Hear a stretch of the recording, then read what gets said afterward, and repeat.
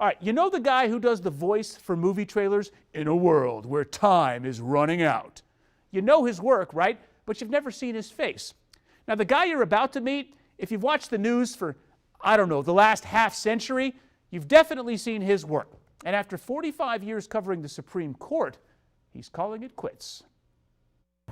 It's one of the most recognizable buildings in Washington, of course, from the outside. The United States Supreme Court. A little more of a mystery what goes on the inside, because TV cameras and photographers aren't allowed inside. And that's why we wanted to talk to an artist who's worked inside of this building for 45 years, documenting some of the most crucial court cases as a journalist and as a sketch artist.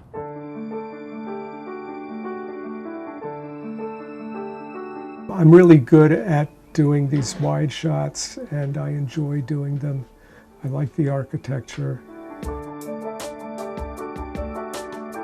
I give almost all the justices red ties, whether they're wearing red ties or not. Oh, okay. Interesting. My name's Art Lien, and I am a courtroom sketch artist, and I've been covering the Supreme Court since 1977. So you've had a front row seat, Art, to history. I have to pinch myself sometimes, and I kind of just fell into it. When you grew up as a kid, was this something you wanted to do, or did you have just no idea that your life was going to take you down this road? Dumb luck. I had no idea. When I go up to the courtroom, I only take pencil and paper. And it's when I get back down after the argument that I add in color. Just, you know, simple watercolor. It's very fast and pretty easy. I've always, I'm not the kind of guy that can work at a desk. I've always gone out and covered something in person, and I like the hustle and bustle and the... Well, you're a true journalist. I mean, we say that there's no news in the newsroom. Right. You got to get out. Exactly. You got to be where the news is. Exactly. Do you feel a deadline pressure when you're in the court? Yeah, deadlines is, you know, it's TV. The joke is, before anything even happens, you know, the producer's saying, do you have anything we can shoot yet, you know? It's a hard job. I don't think people, especially other artists, I don't think they realize just how tough it is, you know. There's always somebody in front of you getting in the way, and you know, you're working in less than ideal conditions all the time.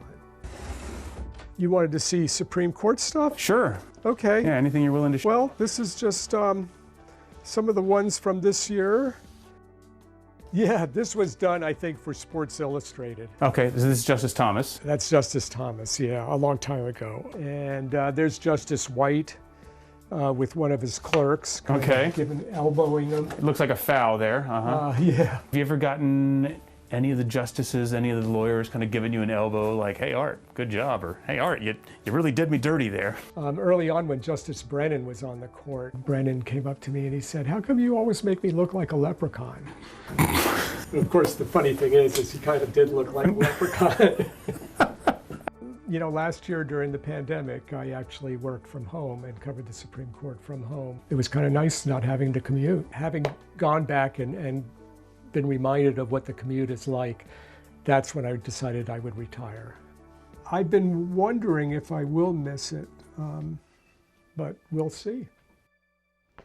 Another casualty of just a heinous commute. Now, Art has covered 3 impeachment trials: the Oklahoma City bombing, the trial of Timothy McVeigh, the Boston bombing trial. He said he always thought that he'd be forced into retirement once they allowed TV cameras into federal courts. They've been talking about it for years, but it hasn't happened yet. And that commute from Baltimore is hella rude, so he is now ready to step aside.